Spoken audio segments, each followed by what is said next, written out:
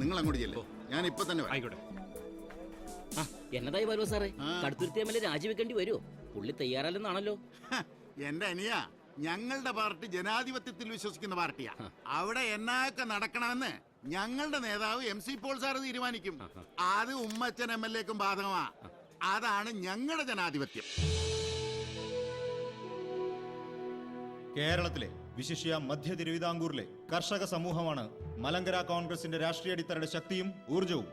ആ സമൂഹത്തിനിടയിൽ പാർട്ടിയുടെ അന്തസ്സിനും ആത്മവീര്യത്തിനും ക്ഷതമേൽക്കും വിധം ഒരു ആരോപണം പടർന്നിട്ടുണ്ടെങ്കിൽ അതാര് തന്നെയായിരുന്നാലും സ്ഥാനമാനങ്ങൾ ത്യജിച്ച് സർക്കാർ നടത്തുന്ന ഏത് അന്വേഷണത്തിനും തയ്യാറാവണം.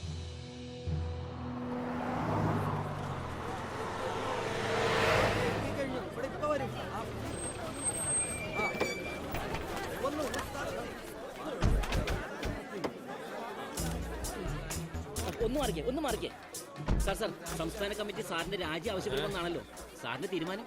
സംസ്ഥാന കമ്മിറ്റി മേളിൽ നടക്കുന്നതല്ലേ ഉള്ളൂ. അതിനു മുമ്പ് തീരുമാനം നിങ്ങൾ ഉറപ്പിച്ചോ? പിന്നെ സ്ഥാനമാനങ്ങളൊന്നും ഉമ്മച്ചൻ എന്ന പൊതുപ്രവർത്തകന്റെ മുമ്പിൽ ഒരിക്കലും പ്രലോഭനങ്ങളല്ല. പാർട്ടി പറയുന്നത് എന്തും അനുസരിക്കാൻ ബാധ്യസ്ഥനായ പ്രവർത്തകനാണ് ഞാൻ. ഇപ്പൊ ഇത്രയും പോരെ സഹോദര? ഉമ്മച്ചൻ വന്നല്ലോ.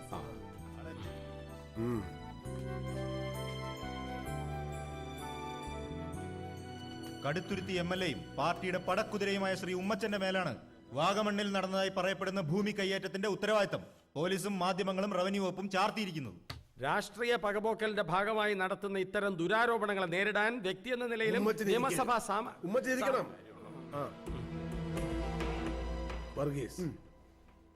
ഈ അവസരത്തിൽ പാർട്ടി ശ്രീ ഉമ്മച്ചന്റെ MLA സ്ഥാനം സംരക്ഷിക്കുകയാണോ വേണ്ടത്, അതോ പകരം ആ പദവി ഉപേക്ഷിക്കുകയും ഉമ്മച്ചൻ ഒരു സാധാ പൗരനായി അന്വേഷണത്തെ നേരിടുകയുമാണോ വേണ്ടത്?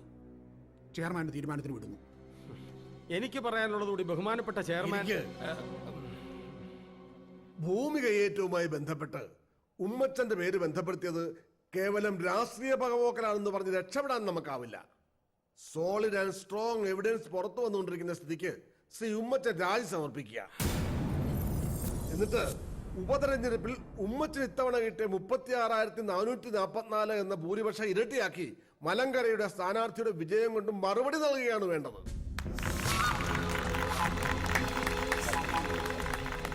യോഗം ഊണ് കഴിഞ്ഞേച്ച് തുടരും.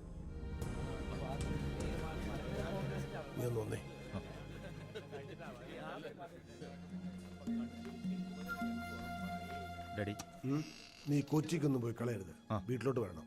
ചില കാര്യങ്ങൾ പറയാനുണ്ട്. ശരി. എന്നതാ? പറയാം.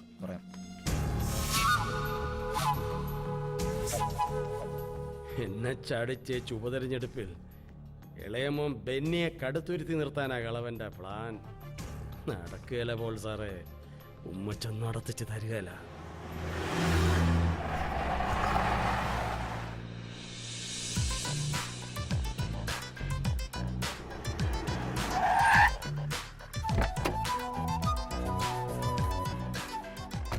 DK വന്നു. DK-യോ? അന്ന് ഡേവിഡ് ജോൺ കൊട്ടാരത്തിൽ. ഞങ്ങൾ പഴയ CMS ബാച്ച് DK എന്നാ വിളിക്കുക. വക്കീലപ്പ നേരത്തെ എത്തി. ഇതിപ്പോ ബാർ അസോസിയേഷൻ മുഴുവനുണ്ടല്ലോ. നിങ്ങളെ കയറ്റി അകത്തിരുത്താൻ ഞാൻ ആ മേനോനോട് പറഞ്ഞായിരുന്നല്ലോ. അങ്ങേര് വന്ന് വിളിച്ചു. ക്ലബ് സെക്രട്ടറിയുടെ ഗസ്റ്റിനുള്ള സ്വീകരണമൊക്കെ കിട്ടി. പിന്നെ വിചാരിച്ചു DK വന്നിട്ട് ഉള്ളിലോട്ട് പോകാന്ന്. എന്താണ് ഈ സംഘടിത ആക്രമണത്തിന്റെ? അഡ്വക്കേറ്റ് നാരായണസ്വാമി പുള്ളി ഇപ്പൊ സുപ്രീം കോടതിയിലെ പ്രാക്ടീസ് ഒക്കെ മതിയാക്കി നാട്ടിലൊന്ന് സെറ്റിൽ ചെയ്തിരിക്കുകയാണല്ലോ. സ്വീകരണം, പൊന്നാട, മംഗളപത്രം. അതെ, അത് തന്നെ. ഞങ്ങളൊന്ന് മുട്ടി നോക്കിയതാ, പക്ഷെ പുള്ളിക്കാരൻ അടുക്കുന്നില്ല. ഈ വക കലാപരിപാടികൾക്കൊന്നും പിടിതരുന്ന ആളല്ല, അറിയാലോ സ്വഭാവം. അതെ, അതുകൊണ്ടല്ലേ DK പിടിച്ചത്. DK ഒന്ന് ഫോഴ്സ് ചെയ്താൽ സാർ അഗ്രി ചെയ്യും. നിങ്ങൾ തമ്മിലുള്ള ഇരിപ്പുവശം അതെനിക്കറിയാം. ഞാനൊന്ന് പറഞ്ഞു നോക്കാം. വാ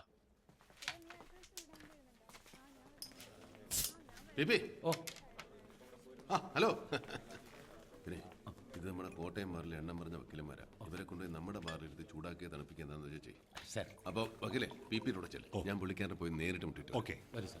ഹലോ സാർ, പെട്ടെന്ന് പോയി കളയോ? കുറച്ച് പേപ്പേഴ്സ് ഉണ്ടായിരുന്നു സൈൻ ചെയ്യാൻ. തിരുവല്ല പ്രോപ്പറാന്നോ? അല്ലെന്നേ, തറവാടിരിക്കുന്നത് തിരുമൂലപുരത്ത്. ഓ, നമ്മുടെ സോമേട്ടന്റെ സ്ഥലം മനസ്സിലായില്ലേ? MG സോമൻ മരിച്ചുപോയ നമ്മുടെ സിനിമ. ഞങ്ങള് ഭയങ്കര ക്ലോസ് ആയിരുന്നു. കമ്പനി കൂടാൻ പുള്ളി കഴിഞ്ഞ സിനിമയിൽ ഒരുത്തനുള്ളൂ. അങ്ങേരുമായുള്ള ഫ്രണ്ട്ഷിപ്പിന്റെ പേരില ഞാൻ പടം കണ്ടുപിടിച്ച്. ഈ പടം പിടിക്കാൻ പോയതിന്റെ പിറകില് വേറെന്തോ കഥയുണ്ടല്ലോ കുഞ്ഞിച്ച.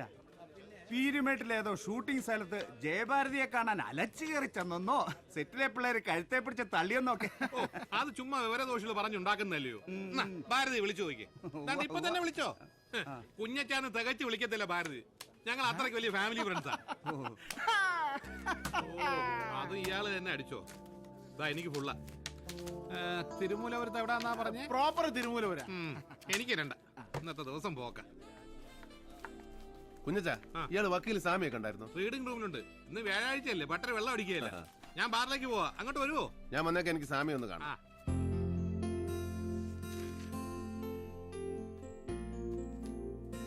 Sir, good evening. Good evening. You are late today.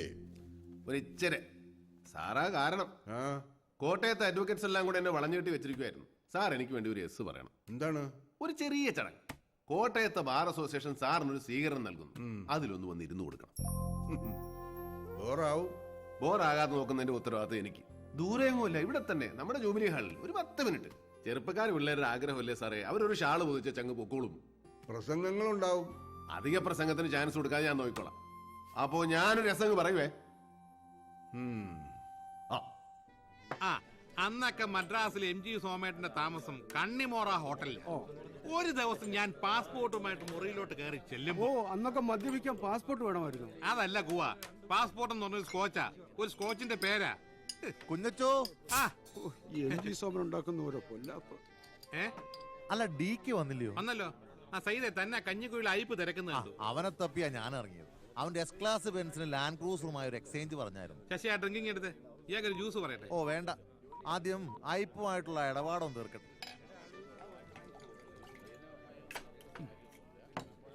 ഇവിടെ വലിക്കാവോ? അപ്പൊ മെമ്പർ അല്ലേ? അല്ല, കുന്നേലെ സഹിച്ചാന്റെ ഗസ്റ്റാ ഞങ്ങള്. ആന്നോ? എന്നാ പിന്നെ വലിയെണ്ണ. നമ്മുടെ കാശിന് നമ്മൾ മേടിക്കുന്ന സിഗരറ്റ് നമ്മൾ വലിച്ച് ആരെങ്കിലും ചോദിക്കുവോ? എന്നാ വലിയെണ്ണ.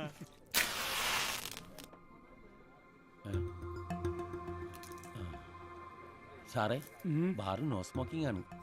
ഇവിടെ ചോദിച്ചല്ലോ, അപ്പൊ വലിച്ചോളാൻ പറഞ്ഞു. ആര് പറഞ്ഞു? അയാളുടെ പേരും തേങ്ങ അറിയാമല്ല. ഇവിടെ സർവ് ചെയ്ത ബേറാ. കുര്യച്ചാ, കുര്യച്ചാ, വന്നേ. ഇയാൾ അവിടെ ഇരുന്ന് വലിച്ചോളാൻ പറഞ്ഞോ? ആര്? വലിക്കുന്നതും വലിക്കാത്തതൊക്കെ അവനവന്റെ സൗകര്യ. ഇതിനകത്ത് വലിക്കാൻ ഞാൻ ആരോടും പറഞ്ഞില്ല. അതെന്നാ മറ്റേ വർത്താനോട് താൻ പറയുന്നേ? തന്നോടല്ലേ ഞാൻ ചോദിച്ചേ. സാർ, ഒരു കാര്യം ഞാൻ പറഞ്ഞേക്കാം. പോക്കൃത്തരം കാണിച്ചിട്ട് എന്റെ വെക്കിട്ട് ഇറങ്ങുന്നുണ്ടല്ലോ. കയ്യിൽ പൈസ ഉണ്ടെങ്കിലേ അത് മറ്റൊരുത്തൂടെ പൂട്ടി വെച്ചാൽ മതി. ഇവിടെ ചാട ഇറക്കാൻ വരരുത്. ഞങ്ങളൊക്കെ അധ്വാനിക്കുന്ന തൊഴിലാളികളാ. വേറെ ഗതിയില്ലാത്തതുകൊണ്ട് അതിന്റെ മുമ്പിൽ വന്ന് ഇങ്ങനെ കുനിഞ്ഞു നിൽക്കുന്നത്. കുര്യച്ച വന്നേ, ചുമ്മാ ഇയാൾ ഓരോന്ന് പറഞ്ഞ് സീലുണ്ടാക്കല്ലേ. ആ പോറവേ, ഇവന്റെയൊക്കെ ഉച്ചാളി പീസ് കണ്ട കുര്യച്ചൻ വരളുകയല്ല. ഇവനെയൊക്കെ ഡീൽ ചെയ്യാൻ ഞാൻ മതി. എന്നാ പ്രശ്നം? എന്നാ പ്രശ്നം? ഇത് കണ്ടോ സാറേ, ഒരു കാര്യമില്ലാണ്ട് തല്ലി. എന്നതാ പ്രശ്നം? എന്നാന്ന് പറ. അത് ഈ സാർ ഇവിടെ ഇരുന്ന് സിഗരറ്റ് വലിച്ചായിരുന്നേ. അത് എന്നതാന്ന് ചോദിച്ചപ്പം ഈ കുര്യച്ചൻ പറഞ്ഞിട്ടാന്ന് പറഞ്ഞു. അതിന്റെ പേരിലൊരു വർത്തമാനം ഉണ്ടായി. അങ്ങനെ എന്റെ പൊന്നു സഹോദരൻ, അവിടെ ഇംഗ്ലീഷിലും മലയാളത്തിലും എഴുതി വെച്ചിട്ടുണ്ടല്ലോ ഇവിടെ പോകല് പാടില്ലെന്ന്. താനാരാ? ഡേവിഡ് എന്നാ പേര്. ഈ ക്ലബിന്റെ സെക്രട്ടറിയാ. ഇതുപോലുള്ള ഇരപ്പാളികളെ ജോലിക്ക് വെച്ചാൽ അവൻ മാത്രമല്ല സെക്രട്ടറി മേടിക്കും. പിള്ളേരെ ബില്ല് കൊടുത്തിട്ട് അവരുടെ പൊക്കളാൻ. അങ്ങനെ അങ്ങ് പോകുന്നത് എങ്ങനെയാ? ഞങ്ങളെ കുന്നേലെ സഹിച്ചാന്റെ ഗസ്റ്റാ. പുള്ളിക്കാരൻ വന്നിട്ടേ പോകുന്നുള്ളൂ. കുന്നേലെ സജി വരുന്നവരെ ഇവിടെ ഇരിക്കാനാണ് ഉദ്ദേശമെങ്കിൽ നടന്നു പോകേണ്ടി വരികയല്ല. കാലിന്റെ മുട്ടയിലെ ചിരട്ടയും ചവിട്ടി പൊളിക്കല്ലാത്തിന്റെ. ഇത് ചുമ്മാ പറച്ചിലല്ലേ, അണ്ണൻ തുടങ്ങി വെക്കത്തേ ഉള്ളൂ. പിന്നെ ഇവിടെ ഫിനിഷ് ചെയ്യാൻ ഞങ്ങൾ ഒരുപാട് പേരുണ്ട്. കോട്ടയം ക്ലബിൽ നിന്ന് ഇടി മേടിച്ചാ പിന്നെ നേരെ കോട്ടയ്ക്കൽ ആര്യവൈദ്യശാലയിൽ അഡ്മിറ്റ്. അതാ കണക്ക്. ഇറങ്ങി പോയണ്ട.